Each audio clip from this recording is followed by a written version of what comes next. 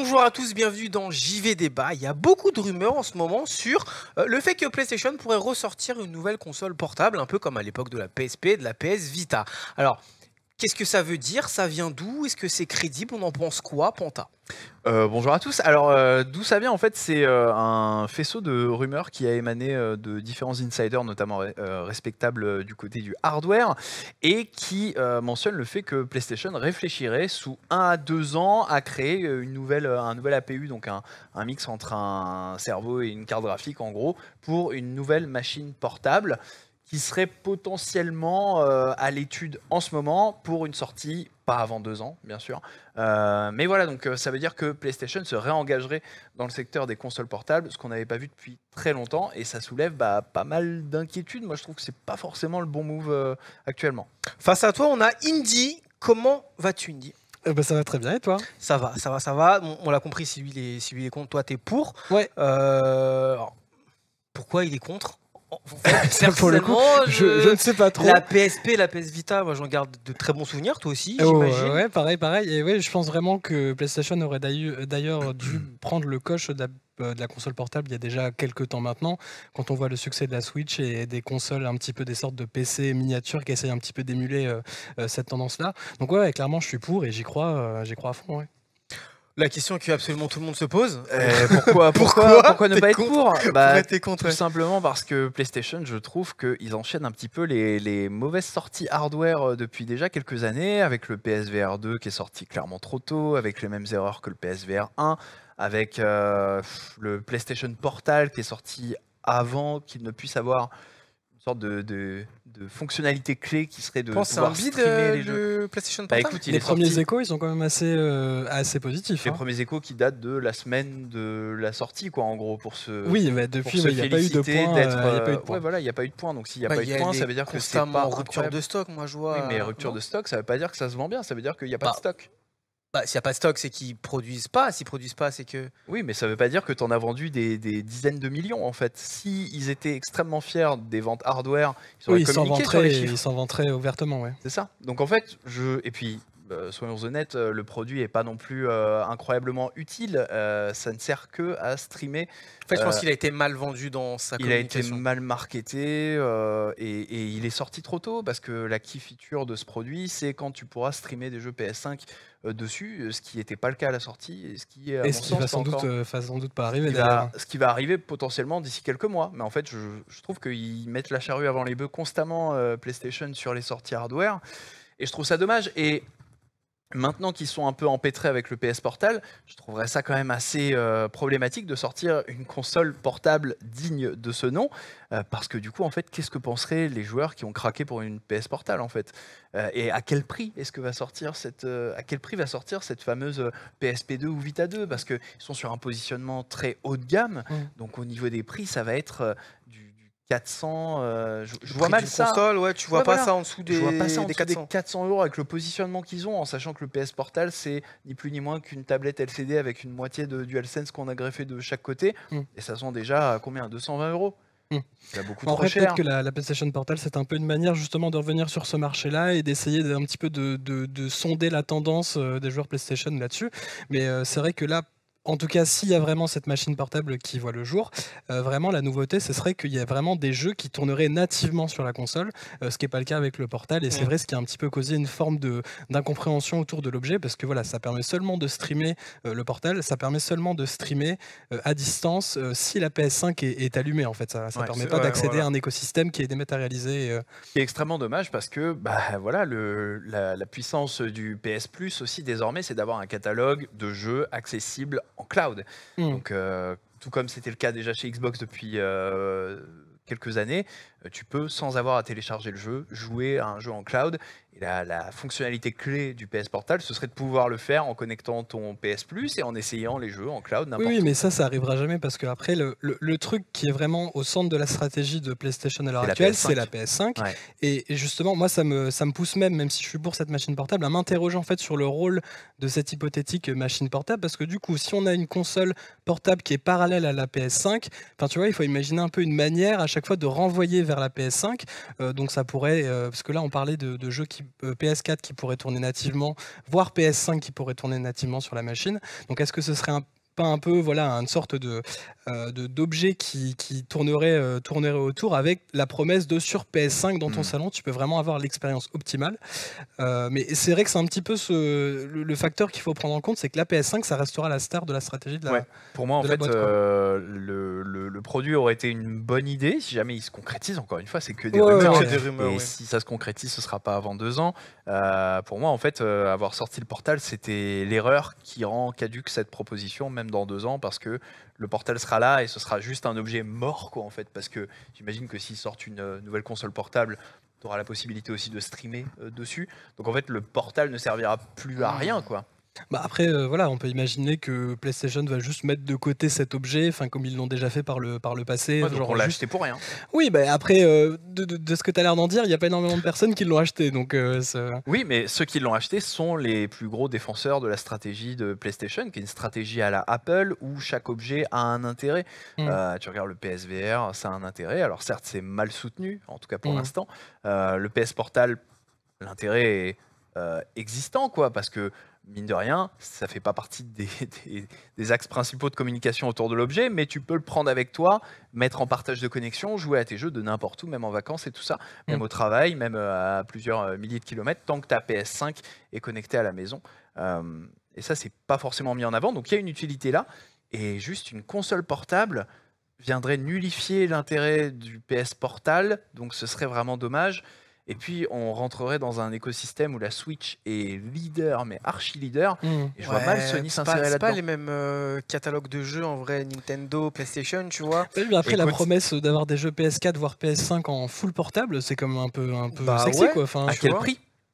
oui, bah, Oh, mais ça, c'est un et autre ça, problème. oui. Ça, enfin, un autre problème. Si ça en est un, selon le prix, effectivement. Mais enfin, moi, je me souviens quand ils ont annoncé le PS Portal, beaucoup de gens râlaient justement de ne pas avoir une sorte de PSP2, tu vois. Bien sûr, ouais. Là, c'est le Mm. cas. Du coup, qu'est-ce qui pourrait mal se passer pour PlayStation? On Bah- pourrait se dire que tous ceux qui n'ont pas acheté le PS Portal vont potentiellement acheter cette PlayStation portable.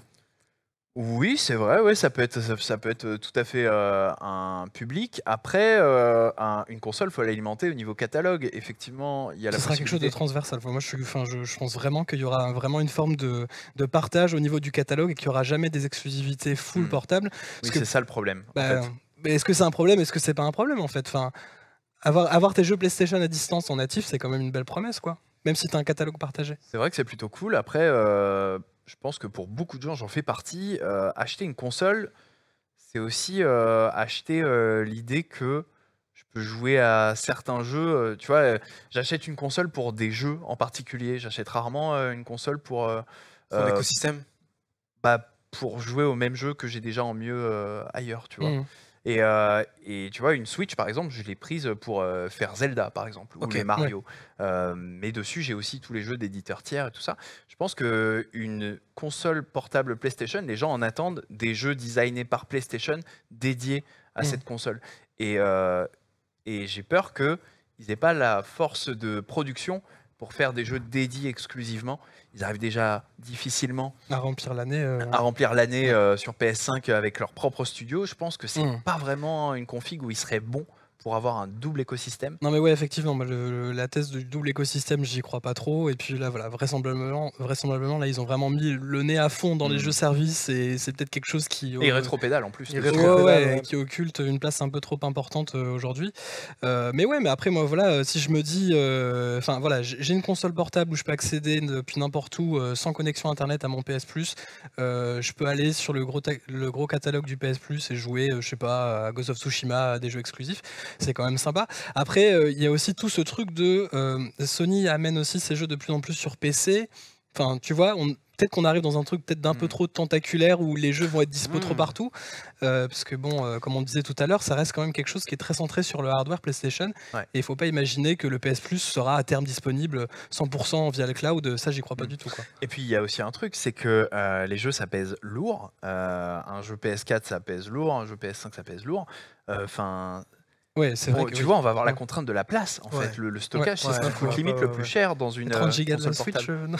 Ouais, voilà, tu vois. Ça La suffira Switch, elle pas. a cet avantage d'avoir des textures qui pèsent que dalle, un affichage qui demande que dalle. Et tu vois, tu les stockes sur quoi les jeux PS4, Ah ouais, bah PS5? là, c'est sûr, oui, c'est une, Tu vas créer un autre format, un c'est une interrogation. UMD2, tu Après, c'est le vois. même problème qu'a le Steam Deck, le roguelite, tu vois, c'est Le pareil. Steam Deck, il a quoi? Il a 250, 520 en fonction des modèles. Ouais, et puis t'as 1 Tera, je crois, sur les modèles OLED. Ça Ouais. va jusqu'à 1 Tera. Mais après, tu vois, c'est des consoles qui, dans les plus hauts degrés de stockage, tapent les 600 €, 600, 700, tu vois. Ouais, après, ouais, je pense Donc, qu'il en faut fait, clairement on se rendre est- à l'évidence, la machine, elle sera chère. Voilà, Si, c'est ça. Mais la ouais. machine sera plus chère qu'une PS5, en fait. Bah, Si faut on quand veut même une pas, machine qui soit compétitive. Parce qu'on est en train de parler d'un rendu qui permette d'afficher de la PS4, voire de la PS5. Les gars, un Steam Mais- Deck OLED, ça affiche difficilement de Ouais. la PS4 ou de la PS5, tu vois. Donc, Avec un Steam OLED, tu fais bien tourner un God of War ou un Horizon Zero Dawn. Non? oui, oui, Si, oui. ça tourne, Oui, oui, ouais. oui, Et oui. puis, comme on voit d'ici 2 ans, les matériaux seront moins chers, la texture un peu plus poussée. ouais, c'est clair. Ouais, c'est probable. Mais peut-être que Effectivement. justement Mais que en- Sony attendait le bon moment de ce côté-là, parce que on l'a vu avec le PSVR 2 qu'il y avait un petit peu ce décalage entre l'accessoire de ta PS5 coûte aussi cher, voire plus cher que Plus ta cher, console. plus cher. Plus cher. Donc mais il faut, y a des je 100 pense Plus cher, vraiment, c'est 600 €. Et puis de toute évidence, ils n'ont pas l'air vraiment genre comment dire ultra contents des ventes, ou en tout cas ça a pas l'air d'être un banger absolu. Donc ouais, il y a clairement un truc à réfléchir. Donc toi, tu penses que ouais, d'ici 2 ans, le marché sera suffisamment mature et on sera à l'équilibre en termes Ou de alors- hardware, Ou alors il y aura une PS5 Pro plus chère, tu vois, qui permettra de dire la PS5 maintenant baisse de prix. à balle, c'est ce prix-là, et t'as un objet qui est un peu moins cher mais qui est portable. Parce que bon, après, enfin voilà, il y a quand même, enfin Sony nous a quand même prouvé qu'ils arrivaient à faire des versions cross-gen PS4, PS5 d'une façon quand même assez exemplaire. Ouais, bien sûr. Sur Horizon 2, c'est du super boulot. Donc de ce point de vue-là, voilà, imaginez une machine portable qui permet de jouer à ça. Moi, je. Ah. Mais tu vois, une sorte de PlayStation Deck, un peu comme ce que fait Steam Deck, mais côté PlayStation, c'est-à-dire que tu achètes ta PlayStation portable, on va appeler ça comme ça. T'as pas de jeu qui sort dessus, tu vois. T'as pas genre The Last of Us 3 qui sort sur patati patata et sur PlayStation portable. Simplement, ça va être une clé pour accéder à ton compte PlayStation Oui, mais il tourne sur quoi le jeu? C'est ça la question en fait. sur C'est-à-dire Steam que- Deck, ça, il tourne sur Steam Deck qui tourne sur quoi? Bah sur le Steam Deck en natif. Bah, Bah oui, c'est ce qui est prévu. Mais du coup, enfin. Ça tournerait non, pareil, tu vois. Ouais, mais t'y je crois. Enfin, je pour comprends toi, pas tu- le, je ouais. comprends pas le délire en fait. C'est-à-dire, tu veux que on ait une PlayStation. Enfin, je comprends pas le rapport avec le Je deck. veux en un fait. périphérique, la même utilité que tu as en prenant ton Steam Deck, parce qu'un Steam Deck, c'est simplement pour accéder à ta bibliothèque Steam. En gros, une bibliothèque ouais. partagée, Ouais, mais pas un voilà, jeu sur lequel il y aurait des exclusivités. Voilà, c'est ça.